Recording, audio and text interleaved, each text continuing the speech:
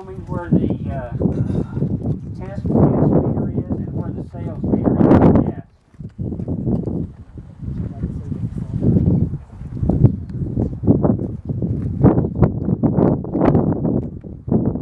Anybody see a gas sales meter?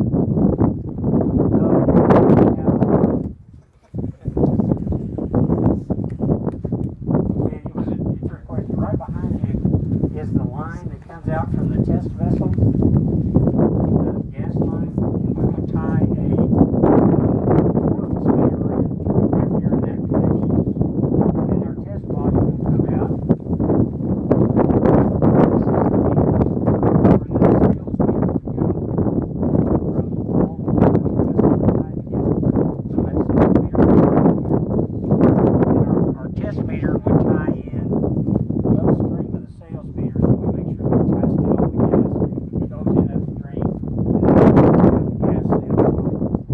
And we literally do have the gas meters coming, they're just not here yet. When things are donated, you kind of got to wait on people's own timing on when it gets here.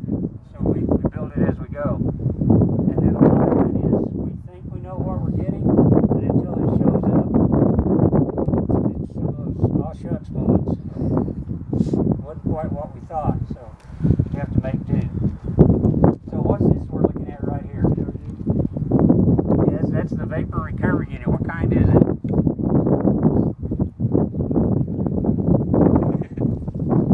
AJ, you're going to go far, I can tell. That's one of the old Quincy vapor recovery units. We went to Midland, went to High Bond Yard, and they had a rotary pressure. And they told us they think they can get it up. And I'm still waiting to it. Until then, they still tied together just like they would be on a regular tank battery. There is an Enardo valve in the line. The Enardo valve does what?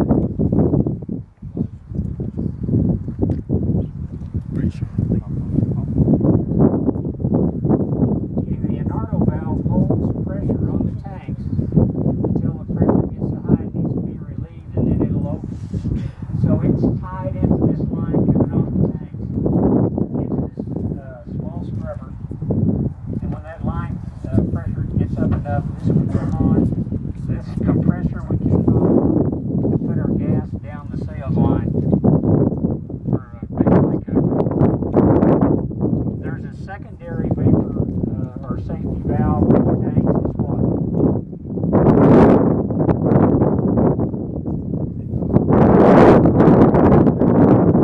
Device on top of the tanks to relieve pressure. What is it? The safe hatch. And then if we really wanted to put on suspenders and belts, we have a safety relief valve on the tank as well. This one has thief hatches that open on vacuum and pressure, and then the Enardo valve is tied in to what would be a compressor.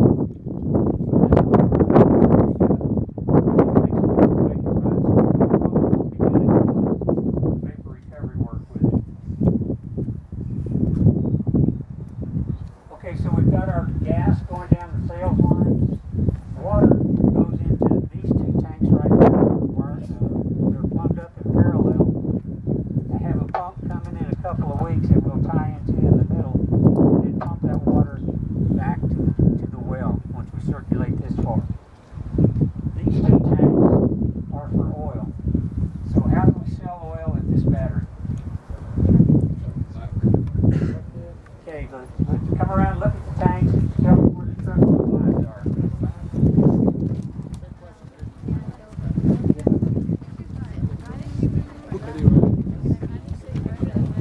Yeah, I was gonna say, if I took a picture here, I would then. So.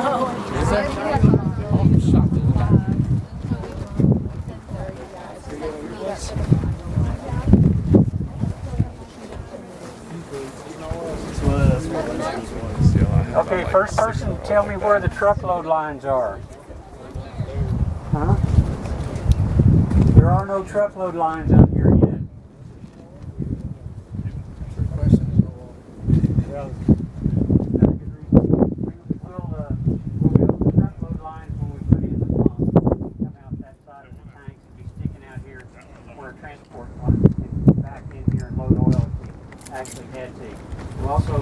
have capabilities of backing a transport in here if we don't want to pump the water out. We can load out there. But we do have the oil tanks tied together to a LAC unit, which is over here.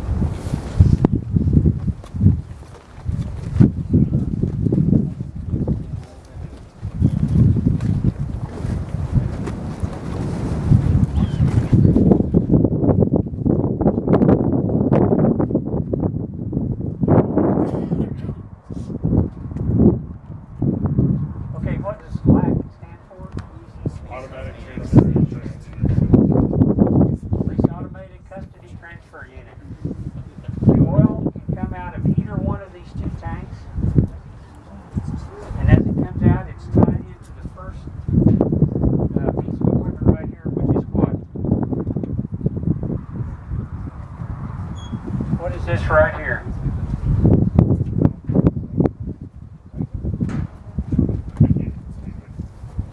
Come over.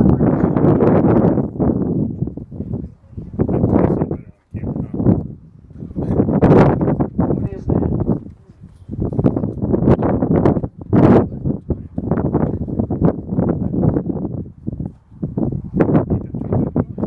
Yeah, it's a centrifugal pump. Man, after all them talks, all those pictures, it's a centrifugal pump. So the pump will take the oil and pressure it up.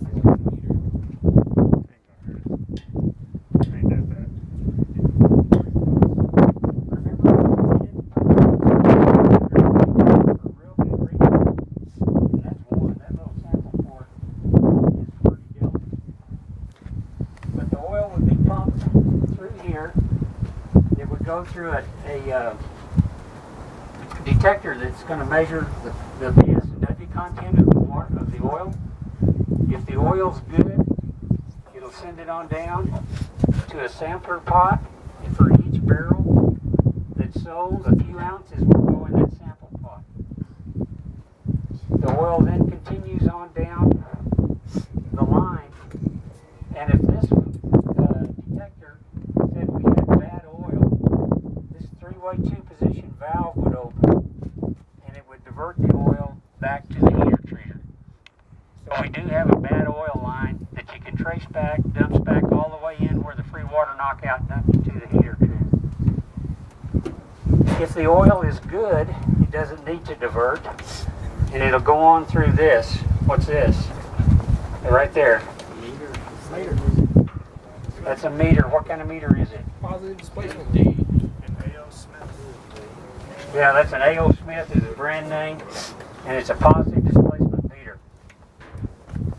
The oil then flows on out, and that would tie into the sales line for the oil going there. What's AJ needed?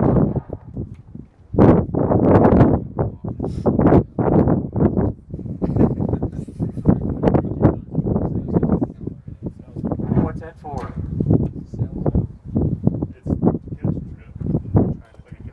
What are the piping connections for? It's to calibrate it. No, it's to calibrate it. So each of the come on around if you want to see it. We can open the valves and close the one in the middle, so that the oil, instead of going directly down the pipeline, as it comes through the system, will divert to a calibration meter, and it's called a prover loop. And that loop will displace one barrel of oil or a specific volume of oil, and then it'll pump back through. From that, we can calibrate how accurate our meter is. So all the pipeline companies have these connections. Come in here and connect and do a calibration on the meter. The more oil that goes through the meter, the more frequently the calibration is done. A normal cycle may be once every 3 months. If I'm having a lot of oil through there, I can do it every month, but generally not more than 6 months. Because if we're going to assign a meter factor, maybe 1.0005 or maybe 0.9999, we're going to assign a meter factor based on this meter proving, that will apply to every barrel that flows through there. So that's going to adjust the cash register. This whole thing is your cash register for oil. In the early days when I started, the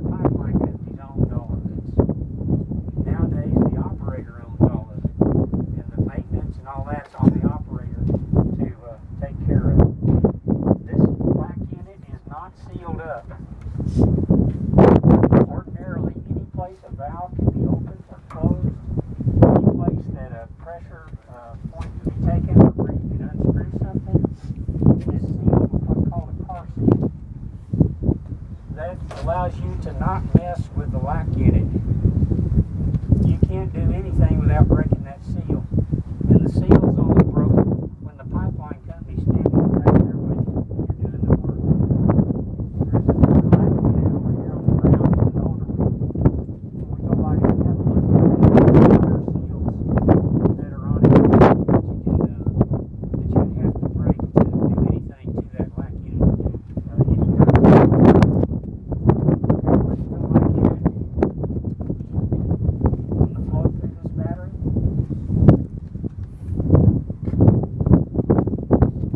Okay, we've got to get over here on some high pressure fluid. Like I said, we'll be leveling this out in the next week or so. Start to build tab and put the rest of the high pressure gear in it.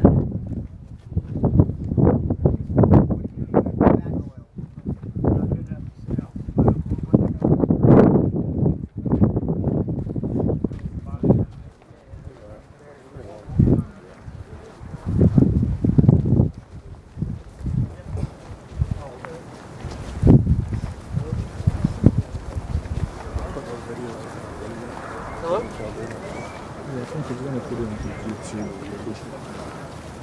No, this is Tyler.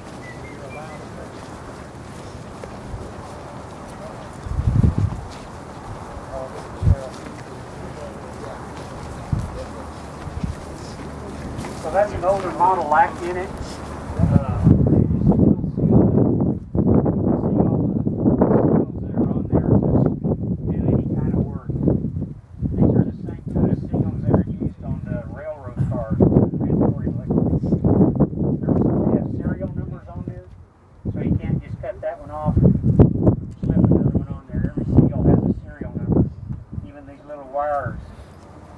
Have serial numbers on them. They're dead serious about nobody messing with the lac unit.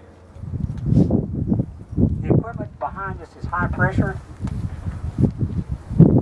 That's a separator. It's actually a test separator skid. It's used in a well backflow operation. Separator in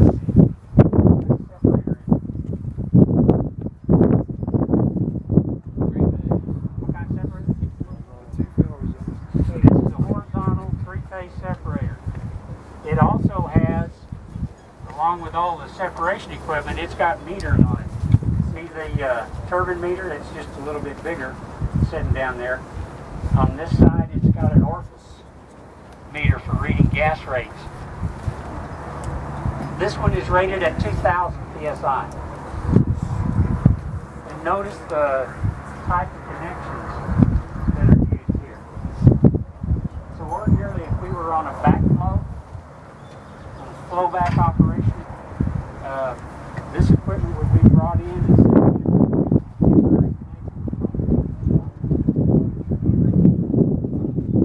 that's all good for 2,000 psi.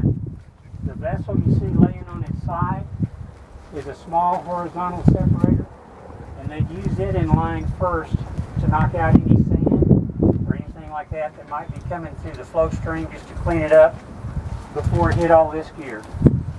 Even in this used condition, this is almost $250,000 worth right here. And it's been tested and it's ready to go if we really wanted to use it. So this is a test separator. It would be used on flowback. You wouldn't necessarily plumb one in like this unless you're, say, on an offshore platform where you got a very limited amount of space. And you see how we spread out, put all our test equipment out over there on the land side. If we were on a offshore platform, it'd look a lot more like this. Any questions about that? Inside the building are some high pressure meters.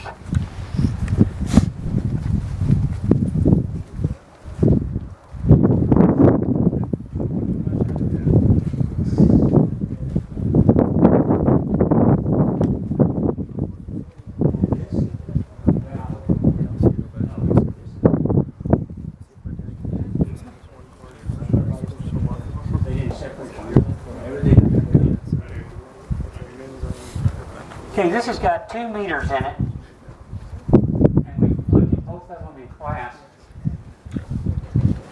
This is a Coriolis meter.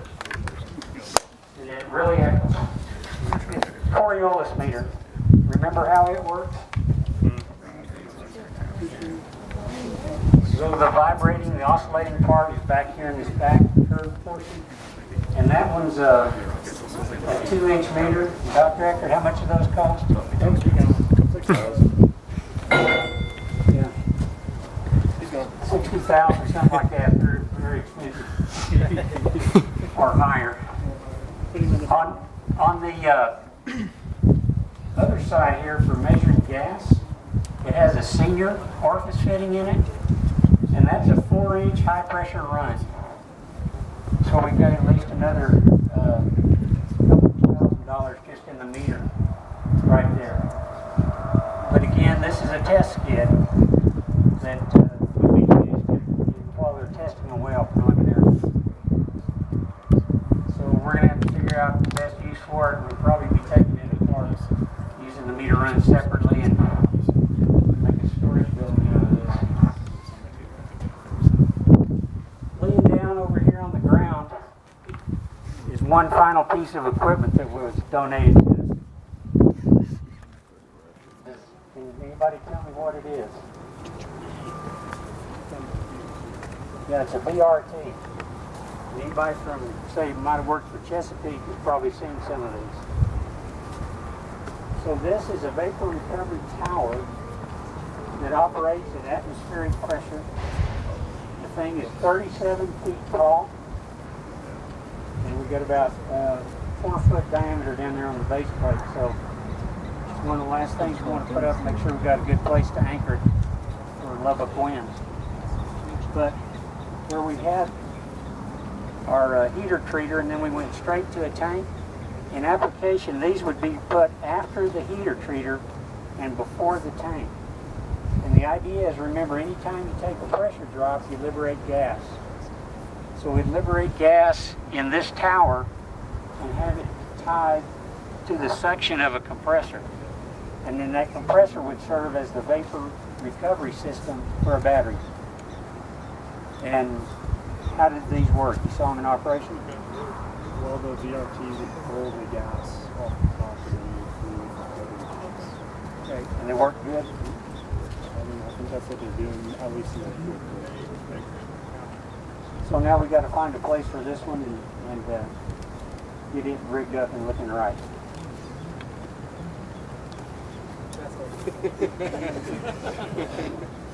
That's what he's saying. If you walk that, he gets 100. Okay, are there any questions on anything we've looked at so far?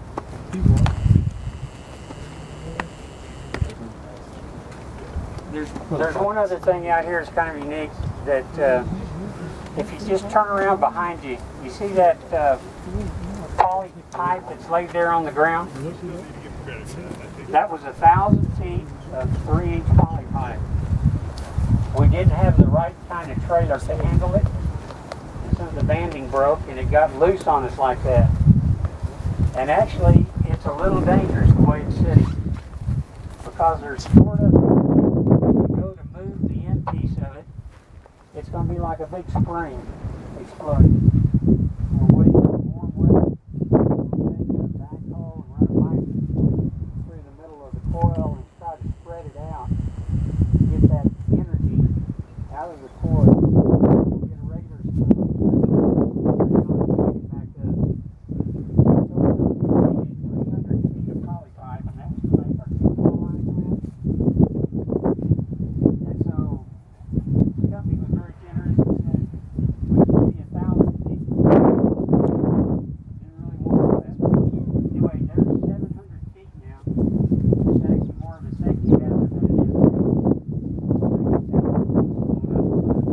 So things that may look innocent enough can be dangerous if you not know what you're around.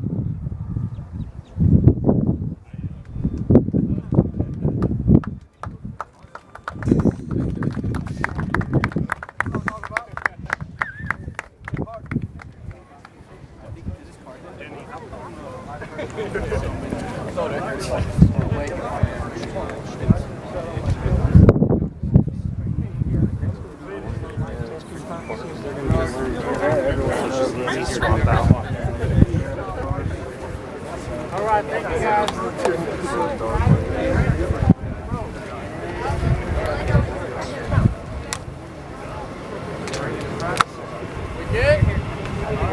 We're good. Thank you.